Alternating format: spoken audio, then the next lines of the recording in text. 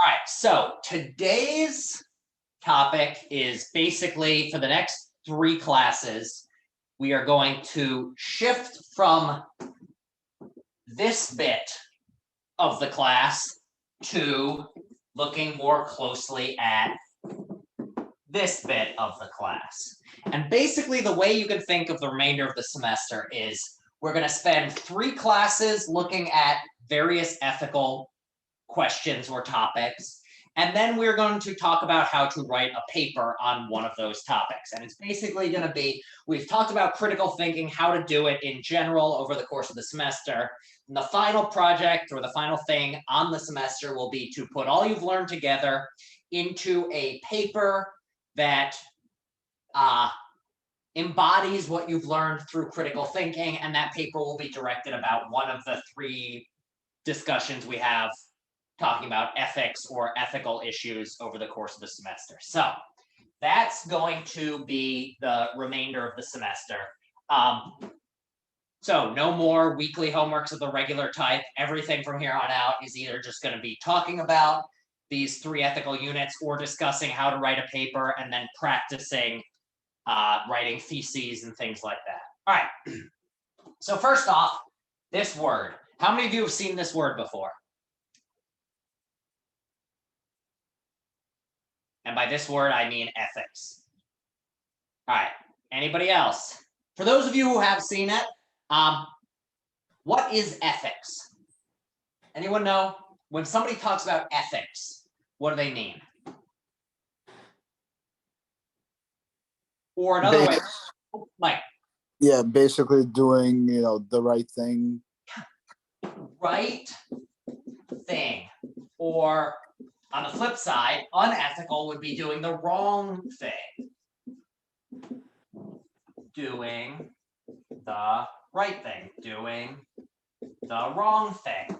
And specifically, what you can think of ethics as is studying these things. So it's going in and not just saying this is the right thing or this is the wrong thing, but trying to learn what the right or wrong thing to do in a certain situation is, or how to go about deciding how to do the right thing in a new circumstance. So ethics, we can generally define as the study of, that's not how you spell of, that is not a letter of the English language, of morality. And morality can be thought of as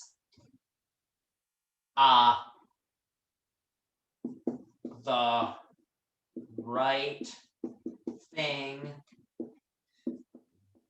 the wrong thing, or more accurately, how to do the right thing and how not to do the wrong thing. So that's all we mean by, oh, somebody's microphone is making noise. All right, so study of morality, how to do the right thing, how to do the wrong thing. So then you might ask, what on earth do you do in ethics? How do you go about studying how to do the right thing or how to do the wrong thing? Well, or also more generally, why would you spend time talking about this? What is the reason that you would spend in a class talking about how to do the right thing and how to do the wrong thing? Any ideas? And there's not right or wrong answers here. Anyone either for the question 1, which is why bother? Or 2, how would you study morality? Any ideas for Mike? I feel like if you study morality, you kind of get a sense of understanding people's tendencies. Yeah, so one thing is just like, you get a better, basically anytime you spend time thinking about something, the more you're going to learn about it and you can begin to understand people's tendencies. Roy? I think for that case, it's like, I guess life won't always like be like a straight line. It's gonna have some gray areas. So yeah. Kind of maneuver that. That's another thing is you are going to find yourself in life in situations in which what the right thing to do is not at all clear. Anyone have a situation that either they've been in or they can think of a situation that somebody they know has been in, or a situation from a movie in which doing the right thing was not at all clear? And in these circumstances, had the person thought about it a little bit beforehand or tried to understand what makes something the right thing, either they did that to get to the right answer or it would have helped them. Nicole. I mean, I don't have a specific case in mind. I was just going to say that this overlaps a lot with law and many cases seen there. I also know the basic cases that are often studied in introductory classes to philosophy, like the one of the train and like switching the direction. We're going to talk about that in a little bit because that's the classic easiest case. Yeah. The famous Trolley problem. But so yeah, and it's tied in. Another reason we care about it is that ethics is very closely tied in with law. And specifically, well, what is law? And by laws, I mean here like the laws of a nation. What are they? What do they do? Dictate. There are regulations. Yeah, they're regulations. They dictate what you can and cannot do in a society. But where do they come from? Like the laws of physics, they're just like passed down by the nature of the universe. Where does our law come from? By the agreement, the common agreement amongst man, amongst each other. Yep. Nicole, did you have? Oh, no. Okay. So yeah, it comes from agreement amongst each other. So why is it that we have the laws we do? Well, we agree to follow those laws. Now, the next question though is why do we agree to them? Why do we agree to the laws we have? What is the point of so many of them? Well, what is the point? Why do we have a lot of the laws we have? For instance, to give a concrete thing, there's a law around, well, there's a lot of laws around it, but one thing is there's a bunch of laws around murder. And what do the laws around murder say? But it's that like you can punishable kill. by death penalty, or it also it distinguishes the different types of murder, as like first degree, second degree, manslaughter. And so I guess that also comes from like an ethical point of view of weighing if this person had malice, how, and I think there's so many laws, particularly because there's so many different situations and so many slight variations between them. Absolutely. So what Nicole just said is basically there are these types of murder and there's types of punishment around those murders. And at the core, though, the reason for both cases is just what she said, ethics. We care about murder. We punish it because we think it's wrong. There are many things that we don't think are wrong, so we don't have laws about. For instance, like how long you can grow your fingernails. We don't think there's any like strong feelings about that, so we don't think it's wrong to have really long fingernails, so we don't punish people for it. We don't talk about like if you have really short fingernails, you have to, grow them out, and if you have really long ones, you have to file them. We don't care about that. We have some laws that are very, very specific. So it's not just like we have laws about murder. There's first degree murder and second degree murder and third degree murder. And all of them are different from manslaughter. And all of them are also different from attempted murder. And in each case, the reason why we have this is we somehow think there are important differences in different types of murder that we want our laws to reflect. So another reason we care about morality is because morality is so closely interacting with law. We want the laws to reflect our moral beliefs or what is right and what is wrong. Also, because of this, we want our laws to change in response to our views of what's right and wrong. So what was something that was illegal and is no longer allowed, or was legal, or I guess was illegal and is now allowed, or was legal and is no longer allowed for largely moral reasons? Is more weed? Yeah, weed is a case where why was it for so long that weed was illegal? Well, it's because they thought it was going to make all Americans bad people. Now weed is becoming legal. Why? Because now people think there's nothing morally wrong about weed, or at the very least, it's no more morally wrong than alcohol or cigarettes or many of the other things. What about on the flip side? What's something that's now illegal that used to be perfectly legal?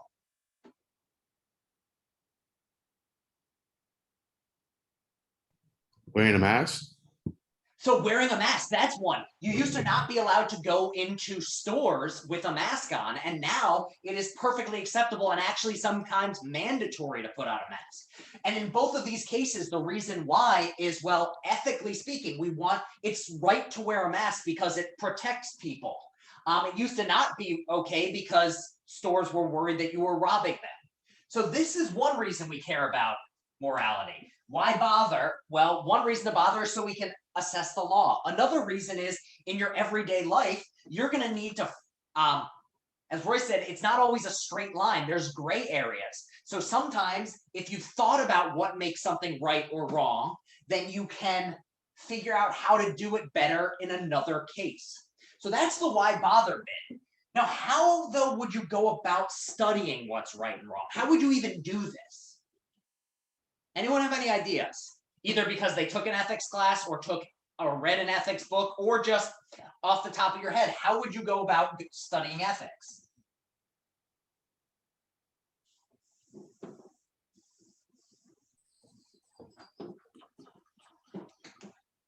So you probably study the books or past the cases of how ethics correlates and stuff like that, and basically what are the rules of ethics. Past experiences or past authors. So you look at what other people have said. That's one thing you definitely do.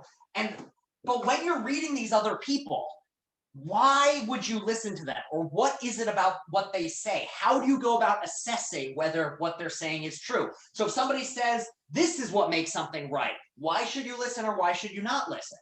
So they would be credible sources. So part of it is credible sources, but then what makes someone a credible source? So for instance, people go back and read Aristotle all the time, but they don't go and read like the things I wrote when I was 3. What's the key difference here? Credibility. Experience. So ability is one, but what is it? What do they have the ability to do? Camilla, what did you want to say? I would say like experience. So did you say experience? Yeah. So experience. And what does this experience give them? Or so we've got experience or maybe belief, because for ethics come from the family, and depending of the family is gonna create like kind of ethics. Experience, upbringing. So experience and upbringing. But at the end of the day, what is it? Why should we trust them? What are they really good at doing? In their writings, what sorts of things are they going to talk about? Why are they going to say that one thing is good and another thing is bad? How might they go about persuading you? So if I want to try to convince you that murder is wrong, what am I going to try to convince? How am I going to go about doing that? With reason? Yeah, so it's going to be a matter of reasoning, which is why this isn't a critical thinking class. You can't like go and measure it like in a science classroom. In a science classroom, if I want to find out what the pH of something is, what do I do? For those of you who remember your chemistry, how do you find out pH? By testing it. Yeah, you test it. You stick one of those little pH papers in, litmus papers. And if it comes up red, it's one thing. And if it's blue, it's another thing. And I never remember which is which. But with ethics, you can't do that. You can't just run a science experiment test. You can't just like, all right, well, here's what we're going to do. We're going to, you, my friend, go over there and murder someone. You, other person, don't murder it. And then we're going to hold a piece of paper up and see which one of you is better. No, that's not how ethics works. Instead, you have to think about it and reason through. And specifically then, how do you go about doing this? If we're trying to prove that something is right or wrong, how might you go about doing that? What With sorts logic? of reasons might you give? Nicole, sorry, I was talking over you, so I didn't hear. With logic, like we study at the start of it, so. So we start with the logic, and it's going to be a matter of these sorts of reasons of here's one reason, here's another. So simply put then, what sorts of reasons might you give? Why is murder wrong?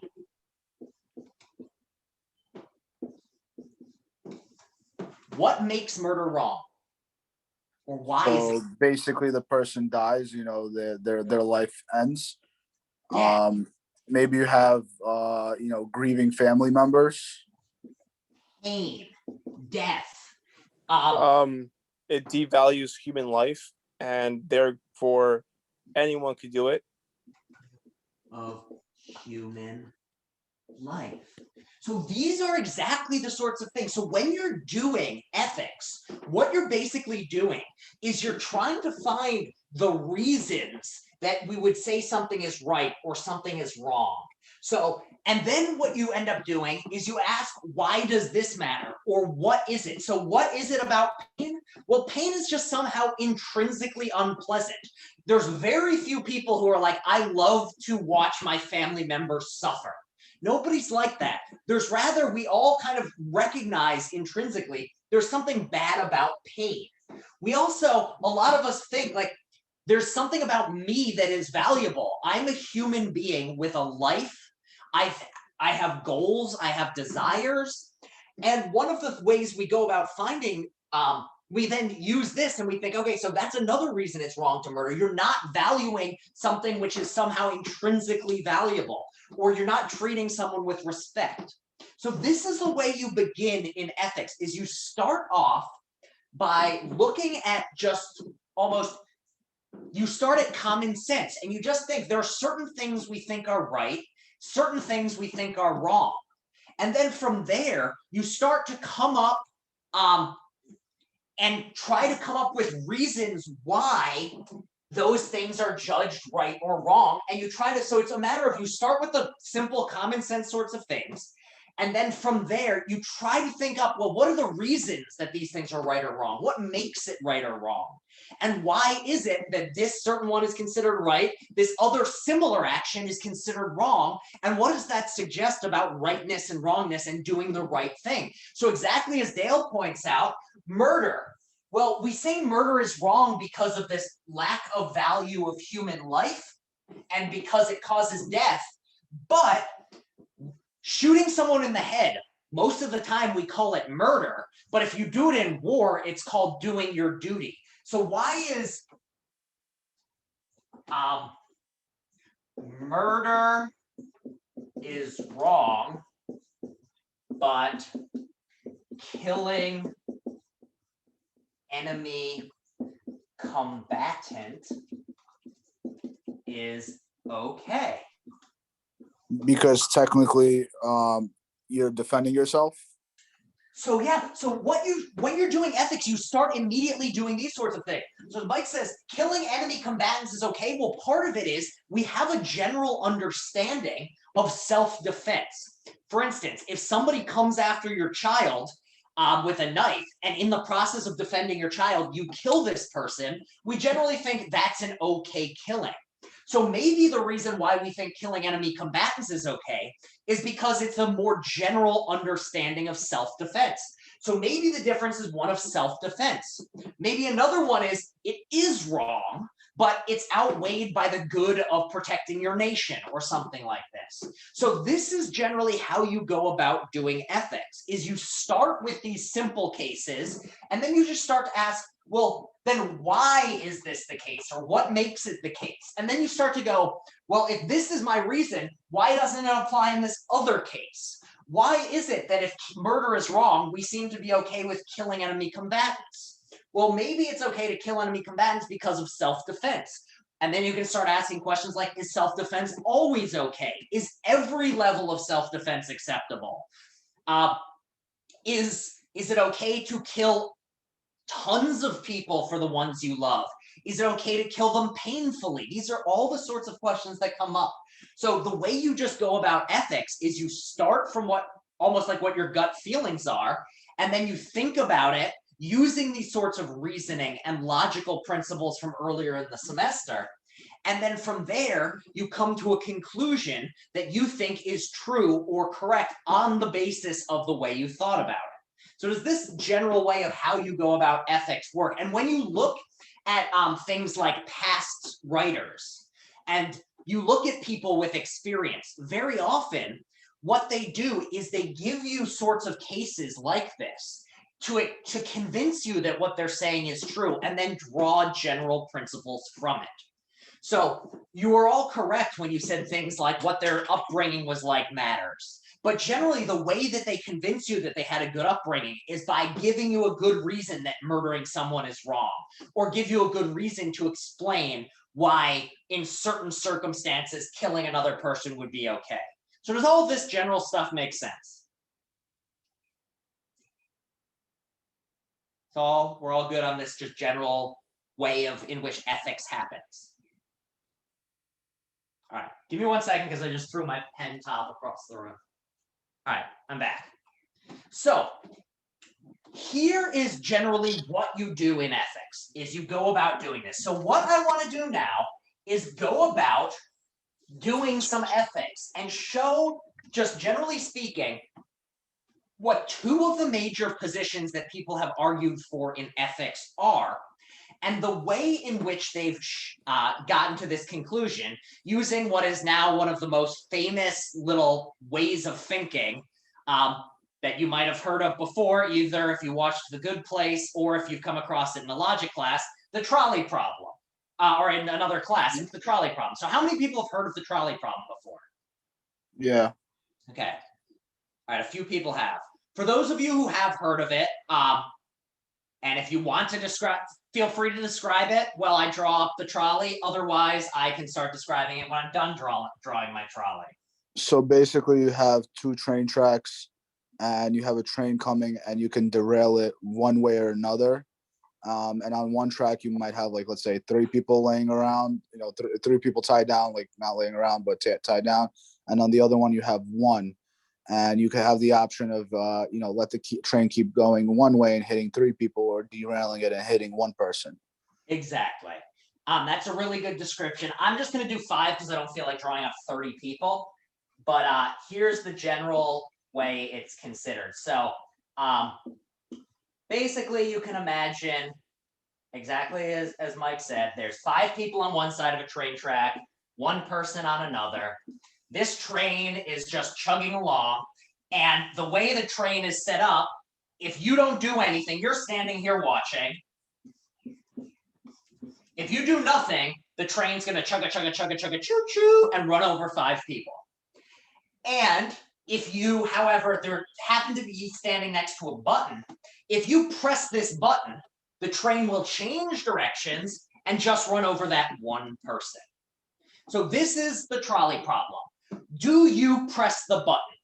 Do you press the button and change the direction the train goes? So, out of curiosity, how many of you press the button? How many of you, or more importantly, think the right thing to do is to press the button? I'm gonna, Professor. yes, no. I would say it would seem morally right, you know, to kill 1 person versus 3. But, you know, some people might say, you know, there's a different moral dilemma. You know, in religion, you know, they might say, you know, what's meant to be is meant to be. So, you know, you don't derail the train and you let the 3 people die because it, you know, might have been meant to be. So yeah, these are the ways of we go about thinking about it. So out of curiosity, is there anyone who thinks no, don't press the button? I would say I was just gonna ask if the train is going in that direction, like regardless, like, you know, like if you don't hit the button. If you don't hit the button, it's going to hit these 5 people. And you can't stop the train. Imagine the person driving the train fell asleep. You can see this because you've got really good eyesight. But then I feel like that only makes it more difficult because, like, yeah, you think, like, just like what Mike was saying, you would think this was the right option, but you're actually now choosing to kill someone. All right, so or murder someone. What if and then so versus like if you left the train, it wouldn't be your fault. So fault. I'm gonna put up the key words that people are saying. Fault / cause. Another one. For those of you who think you should press the button, what is your reasoning behind it? So basically, you know, you let 1 person die versus having 3 people die. I mean, that's what most people would say. Yep. 1 versus 5. So if you don't press the button, 1 person gets run over. or I mean, sorry, if you don't press the button, 5 people run over. That is 5 dead bodies, and those are 5 sad families. 5 sad families, 5 deaths you could have stopped. If, however, you press the button, that's 1 sad family. 1 dead person you could have stopped. On the flip side is what Sean said, which is there's a sense in which if you don't do anything, you're in no way involved in the situation. You aren't physically pressing anything. While if you do press the button, you are in some sense more directly causing. However, there is a question you could ask, which is really, you have chosen not to make a choice. You've chosen not to press the button.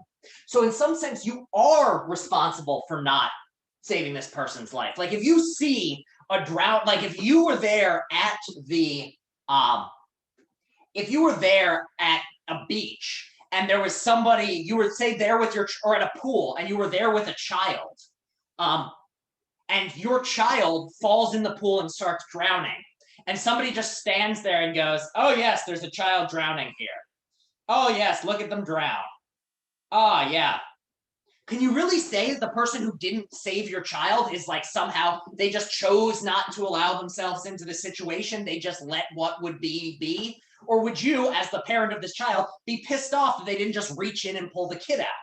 It seems like most people are going to be like furious. And maybe you feel differently. Like if your child fell in the pool, then maybe, you know, let natural selection reign and let your kid drown. But I think most people would be mad that this stranger didn't save your child out of the pool when it was very much in their power. And in the same way, you might say, well, this person could have saved more lives. And yet, I feel like what is keeping me, like in my mind, I wouldn't touch the button or lever, because there's 2 reasons. I think one, in a court of law, you have blood on your hands in one case, and the other case, as you said, you're just kind of a bystander observing what is happening. And then secondhand, you just don't know who the people are. So you might be saving a really bad person or not. Whereas in the other case, you have no say really over who gets killed and who doesn't. I think it's really just a sense of where my mind think the responsibility lies. So this who really matters. So why, however, do you think that the who matters? So for instance, what's something I could tell you that those of you who said push the button and move it from 5 to 1, if I were to tell you facts about these people, what sorts of facts would change your mind and you would now think don't press the button? Well, I saw one case in which the one singular person who's tied is your family member. It's like your sister, your brother, or something. Yeah, say like it's in your that mom, case, your you sister, or still your think brother. that. Another one you might say is, here's another one. What if this is doc curing cancer? What if this doctor is the next day going to cure cancer? Well, these are just 5 random people. Say they're just like 5 randomly chosen New York City residents, and you are told none of them are cancer doctors. And none of them are doctors at all. It's 5, I don't know, investment bankers. Does that change your opinions? Let's put mom to the side for once. The doctor who cures cancer is on one track. 5 investment bankers who you don't know are on the other. How many of you, those of you who said press the button, how many of you change your mind?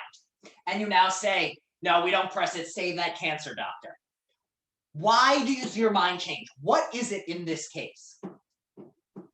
I don't know. I mean, it seems like lost potential to society where the 5 investment bankers, well, not too sure. Maybe they're, you know, doing what they got to do for their own goals. That what they're doing is entirely to get a new house on the Hamptons. Well, I think one is the doctor in the future could save more lives than the 5. It could save millions of people. And so therefore you'd be doing something for the greater good if you count it by the lives that you would be saving. So here is exactly why people like discussing the trolley problem. In both the 5 versus 1 and also in the dot curing cancer versus, and you can make it even worse if you say these are like 5 murderer rapists who are unrepentant in their ways. You could then really clearly. So what we start to realize though is a lot of the things that come down for us when we're making these decisions have to do with the consequences of what is going to happen from our decision. And exactly as Dale said, but maybe these 5 have children who do more than the doctor could have done. And what it starts to seem like is one of the main ways, what the trolley problem shows is that one of the main things we seem to take into account when deciding on what is right and what is wrong is the consequences of the actions that we take. So a view of ethics that holds that the right or wrong thing is going to ultimately be decided based on the consequences is a view that is called consequentialism. And that what makes something right or wrong is, in this case, and how you go about deciding what's right or wrong is you look at the consequences. Now, has anyone taken an ethics class and known what the most famous version of consequentialism is? I'll give you a clue for those of you who don't. It starts with a U. Anyone heard of this U phrase? Utilitarianism? Yep. Utilitarianism. The ethical theory known as utilitarianism says that what we're ultimately doing when we're deciding what is right or wrong is we're seeing what has the best overall consequences for the world, defined in terms of the amount of pleasure caused versus pain caused. So the idea here is when we're going about our everyday lives and we're trying to decide what's right or wrong, we don't quite know off the top of our head what the principles are that are guiding us. Instead, we just look at a situation like this and we have a gut feeling like, no, press the button, or no, don't press the button. Or another case is in a case in which imagine there's nobody on this track. Imagine just that if you press the button, it's going to change directions. Well, it seems like in this sort of case, press the button, it changes directions, nobody dies. Why is that better? Well, the consequences are better. There's less pain in the world if nobody gets hit by a train. And what I think Dale is bringing up here is that it depends on the other factors than just the straightforward, pure numbers. But it's still a matter very often of what the consequences are. If there would, if these 5 people are likely to do something terrible, then maybe we don't save them. If this one person is likely to do something good, maybe we do make sure that they live. If this person is, if we find out these 5 people have many children, maybe that again changes our characterization. But basically, the basic idea that it seems like a lot of us follow in a lot of cases is this view called utilitarianism, that the way you decide what the right thing to do is you find out what the consequences of your actions are, and then you choose whatever of those possibilities is going to cause the most. And pleasure here is meant not in like a straightforward, like hedonistic, just what feels good for me right now. It's rather just the overall satisfaction or happiness in the world. And why do you define it that way? Well, we all know that happiness is in some sense a good thing by itself. So therefore, if happiness is a good thing, the right thing to do is the one that's going to cause more pleasure or more happiness. And the wrong thing is going to be the one that causes less. So does this make sense to everyone of what this idea of utilitarianism is? Another way that people often talk about it is it's, I'm going to erase my trolley for a moment. Well, I'll leave that part of it.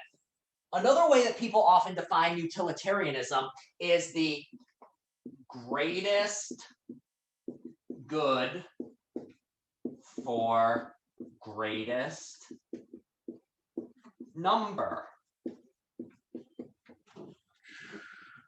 5 may have. What does it say next to pain? Pain caused. Pleasure caused versus pain.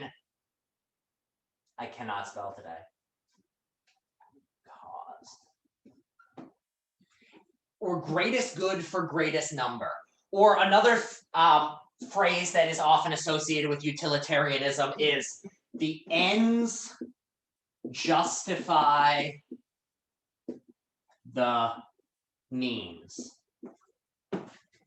So does this view as a view of what makes something right or wrong make sense?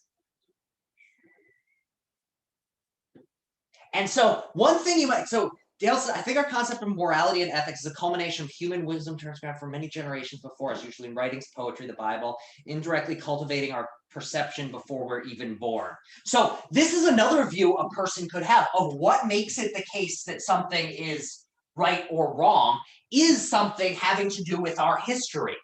But like in all of these cases, and I think we should talk about each of these views, the reason why ethics is still a field and why we don't just stop with utilitarianism and call it a day is that each of these views also seems to have problems. So for instance, what I want to do now is we'll talk about utilitarianism as a view that has problems and highlight what some of the problems are. But before we do that, does anyone have any questions about this? And then we can talk about other views of what sorts of things we might think ethics are, how we decide what's right or wrong, what some of the problems with the various ways are. But does anyone thus far have any questions on utilitarianism? Defining things in terms of pleasure, pain, etc. All right. So, just to review what we're talking about here is the reason people talk about the trolley problem is it's designed to be an example that gets us to realize, like, we think we know what the right thing is. So what we do is we look at a situation and we see what our feelings are on it, and we, not specifically our feelings, but our judgments of what's right and wrong. And then from there, we come up with a more general rule. So the next time you're in a situation that's a little more difficult, should I go to visit my grandmother this weekend because I told her I would? Or should I go and see a friend who's only in town for a week and I've not seen in 5 years? What should I do? Well, maybe the way you go about it is you see who would be more upset, or what would cause more pleasure for the world at large. If your grandmother's going to be heartbroken, then maybe don't break your promise with her. If your friend's like, you know what, we talk on Zoom all the time, it's okay, maybe that's the right thing to do. So does everyone see then how this sort of ethical project works, how this sort of trolley problem example goes, and how we use it to pull out sorts of principles like utilitarianism from it? We all doing good with just the general back and forth, the way this has been going? All right. So utilitarianism is not perfect, however. And in fact, this idea that what's the right thing to do is the greatest overall good or greatest overall bad seems to run into some trouble when we think about other versions of the trolley problem. Because it looks like we can come up with a very similar situation in which people have a very different judgment. So one of the versions of this is, imagine the one person on the track is not a stranger, but it's your mother. Do people think the right thing to do is still to press the button and kill mom? Or are those of us who are like, no, the right thing is still to let the 5 people, to still save the 5 people, even if the one person I'm killing is my mother? So how many people feel that you should save mom? I do. Why should we save mom? What is it about saving your mom? Because Why? the person is close to me. So, In my eyes, it would be, the person that brought me onto this earth, so, I owe her my life, so I would want to save her. oh, so there's a few different things we could say here. One of them is an owing. So that's almost like a paying off a debt, which suggests we do have this other sort of feeling which is that we owe things to people. And it's not simply that we have to think about what the consequences of our actions are. We rather have to think before we make an action, what do we owe to someone? What is it that this person deserves? So why can't you kill your mom in the way you would a stranger? Well, there's something about the fact that she's close to you, and that closeness means that she has done things for you. She, in some sense, is more than just a way of measuring things. Here's another version of the trolley problem, which gets us to a similar sort of conclusion of utilitarianism isn't perfect. And this version is, imagine this case. So imagine again, there's 5 people on the track, but rather than a button, this is the worst bridge ever, but imagine this is a bridge over the track, and actually, you know what, let's see if I can draw this better. So yeah, we'll draw it this way. So here's the track, it's curved, there's a bridge over it, and on this bridge are you and a random stranger. Now, the train is coming, and you know that this train you happen to know something about trains, and you know that this train has an automatic braking system where if it hits something, it immediately stops. However, well, it immediately hits the brakes, and it takes about 20 feet to stop. You see that there's 5 people down the track, and you see this train coming, and you know that given its speed and where you are, the only way you're going to be able to stop this train is you push this person that's standing in front of you in front of the train. They fall, the train hits them, they die, but these 5 people are saved. How many people think the right thing to do is to push this stranger in front of the train? How many people think that that is the right thing to do?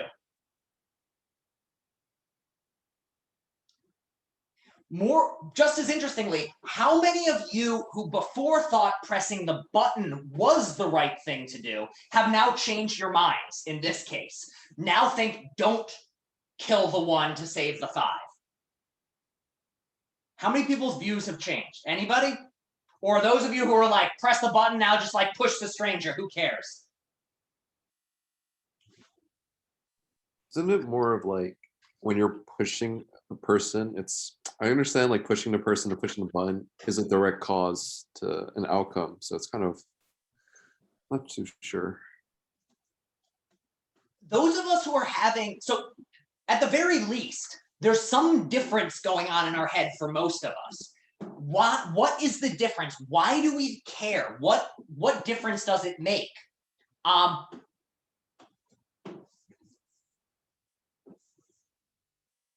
Dale again wants to say depends on the person's age, whatever. So one thing you might say is it really depends on the consequences still. So maybe for somebody, this doesn't change the maybe this version doesn't show that utilitarianism is wrong. But for those of us who think there's a difference in this case, why does the physical contact matter? What is it about pushing someone that makes it different? Or Jacques, why do you think that, what is it about pushing another stranger in front of that train that's different from jumping in front of it yourself? A lot of people in this case will say, I would be willing to jump in front of the train myself, but I wouldn't be willing to push someone. What's the difference here? Well, I'm in charge of my own decision, but somebody else wouldn't feel right. They did. I'm gonna erase this utilitarian stuff. They didn't get a say. What are some other versions? So it's more personal, more guilt. Why does the guilt matter? What is it about the guilt that makes it wrong? I'm just playing devil's advocate here to try to push and see. For those of you who wouldn't push a stranger in front of a train to save someone, what is it about that pushing that is different?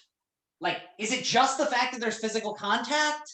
Nicole? I think it's just like a lot more aggressive, or at least the way that our society has been built. If you push a button, you're a lot more detached from the action, and a lot of people do that all the time on like video games. You're technically pushing a button and someone's like quote unquote dying, but like this, like no one's really used to this action, I think, and it's a lot more gruesome.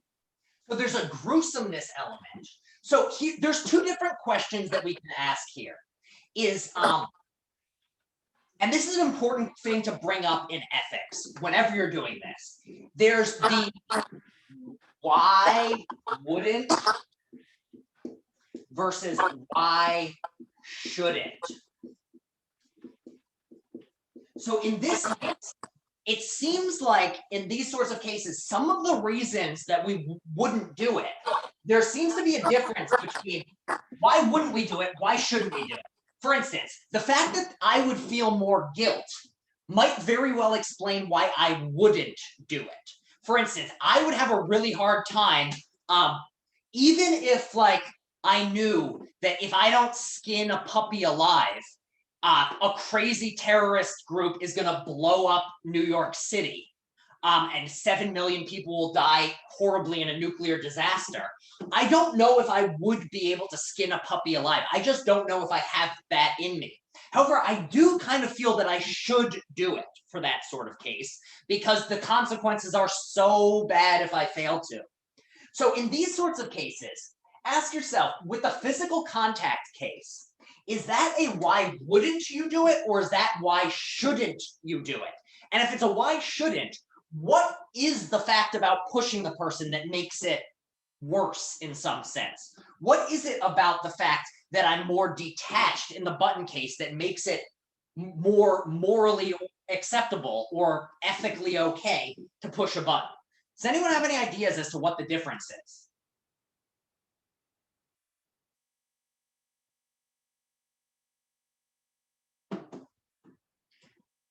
Or does anyone have any gut feelings on this sort of thing? And to be clear, these are not easy questions. They're not straightforward answers. They're just ways that various philosophers have tried to explain the differences. Joe? Is there a chance the button doesn't work, whereas, push would be 100% sort of thing? I think that's one thing, is there's a sense in which the button, like, it's not just that it's more direct, it's rather that more detachedness makes your relationship to the killing different, which goes back to this more personal thing, or this my decision, they didn't get a say sort of feeling, which is, it seems like intuitively what this kind of case seems to suggest is that there is some sort of difference here between killing someone, letting die. It seems like in the first case, when you press the button, even though you're in some sense causing the train to change, and in some sense active, the detachedness of it seems to make it the case that you are somehow more away from it than you otherwise would be. Well, in this case, there's no doubt that you are the one doing the killing in a much more extreme sort of way. Another example, which really puts this even more strongly into the camp of utilitarianism can't tell the full story, is this case, which is the, what's the best way of putting this? The utilitarian doctor. Imagine you're a doctor. If you're a doctor who, well, you're a surgeon. You are somebody who does replacements of organs. And today on the agenda, and because people often forget to put the check in the organ donor box, we're often low on organs. So imagine that in your office one day, in comes a person who's missing a kidney, another person who's missing a kidney, a person who's missing a liver, a person who's missing a heart, and what's something else you can't live without? I don't know my body stuff. Somebody's got to do this body stuff for a living. Without a brain? Brain is tough just because we can't really replace them at this point in time.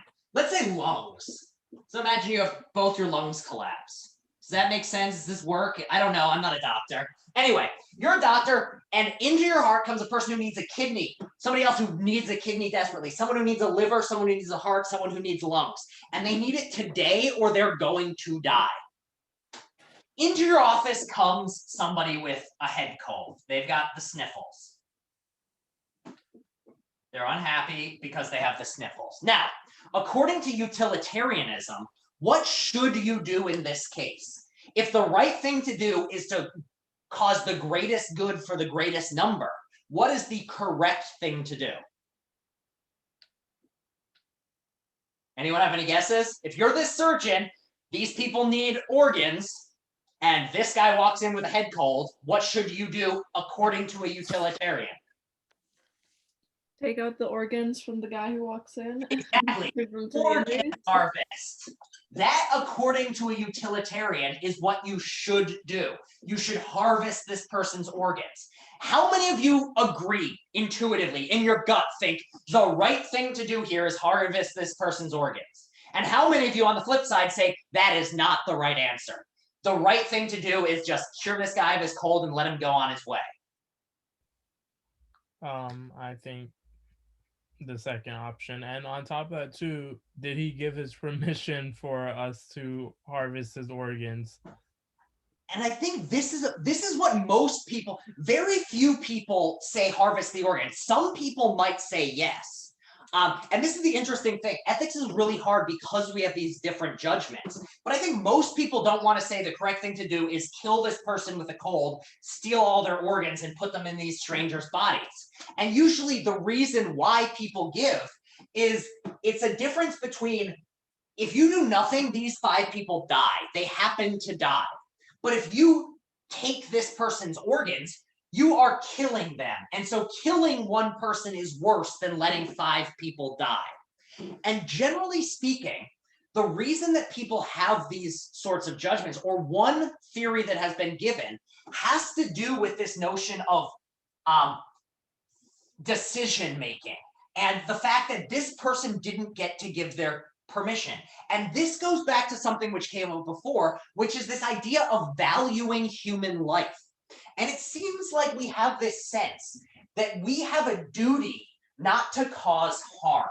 We have a duty, in some sense, to treat other people with respect and treat them in, if not necessarily the way that we want to be treated, at the very least, treat them in a way that does not actively use them as a tool for our goals.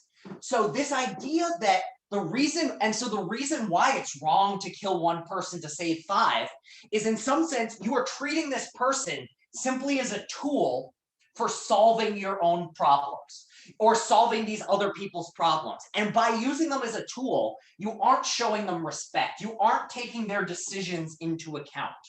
So this idea of that there are just these ethical principles that you cannot violate, that are just tied into what your duty is to other people, is called deontology. And deontology is the view that sometimes the consequences aren't what matters. What matters is the duties you have to other people and your ability to uphold those. So for instance, the reason you shouldn't run over your mom is because of the fact she's your mom. That gives you duties to her. And duty in this sense is just the sense in which, like, if you're a part of the army, you have a duty not to abandon your post. If you are a member of Congress, you have a duty to represent the best interests of your client base. Or I mean your voter base. If you are a member, if you're a CEO, you have a duty to the shareholders of the company. All of these are cases in which what is right or wrong seems tied to duty, and that's the idea. So a deontologist says, no. Utilitarians are wrong. The right thing to do is determined by what your duties are and how you, if you fulfill the duties you have to other people, you're behaving well. And if you do not, you're behaving poorly, you're doing the wrong thing. So these are, just to summarize, 2 different ethical theories that come out of our intuitions. These are our own sorts of judgments. A deontologist says that what makes something right is duty. A consequentialist, specifically a utilitarian, says consequences, pain versus pleasure, or pain versus happiness overall. So these are just two. So to summarize what we've done today is we asked, what is ethics? How do you go about it? And we thought, well, one way you do it is you start with these sorts of common everyday sorts of judgments we have of what's right, what's wrong. And then we try to think, well, if this is what I think in this case, are there some general principles I can use? So for instance, if I know in my gut that helping a little old lady across the street is a good thing and punching a first grader is a bad thing, I can then ask myself, well, why is it wrong to punch a first grader? And I can say, well, the reason why is it's going to hurt them. It's going to cause them bad consequences. So maybe that's how I can then, in further cases, decide what's right and wrong. Alternatively, I could say they are a human being with values and needs, and I am disrespecting them or disregarding them by punching them in the face. So these are two different ways to try to explain what it is that makes something right, or how you go about deciding what is right. Now, just to highlight where we're going to be going for actually pause. Anyone have any questions at this point of what deontology is, what utilitarianism is? You're not going to have to, I wanted to introduce these terms so you've seen them at some point in this class, but you're not going to have to like memorize them for the paper or for a test or anything like that. Does anyone have any general questions at this point? All right. So, just to highlight then, that's generally what doing ethics is. And so what we're going to now do over the next couple of classes is, so on the syllabus, it says extra video. Don't worry about that. We covered everything we needed to this week much more quickly. So again, you've got another one of those weeks where all you have to do is just show up next week. That's your only homework. Or alternatively, one thing you could do is one of the paper prompts for this class is going to be a case similar to the trolley problem, in which I'm going to be asking you to explain to me what you think the right thing to do is in this circumstance and why.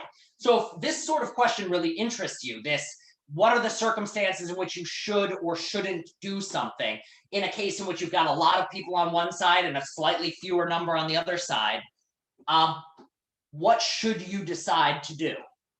That's one of the paper prompts. Next class and the class after, one of them we're going to be discussing this question of, should we think that the ethical principles we follow, what's right and wrong, is the same for everybody? Or should we think more like Dale suggests up above, this idea that it's a culmination of many things in our culture? So maybe if we've come through a different culture, what's right or wrong for us might be different than what's right and wrong for different society.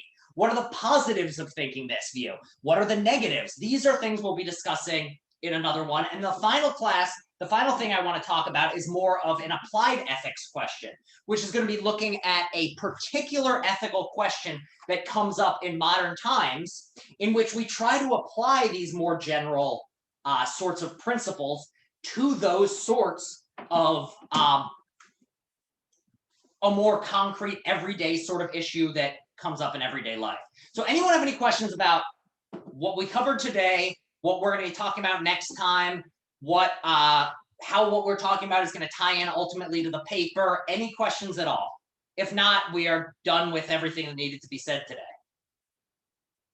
Any questions, comments, concerns, feelings? Jock? No, everything is clear. It's a good class. Thank Okay, you. perfect. Mike, any questions? Or are you good? All right. Well, in that case, nobody seems to have questions. I'm going to stop the recording and send everyone on your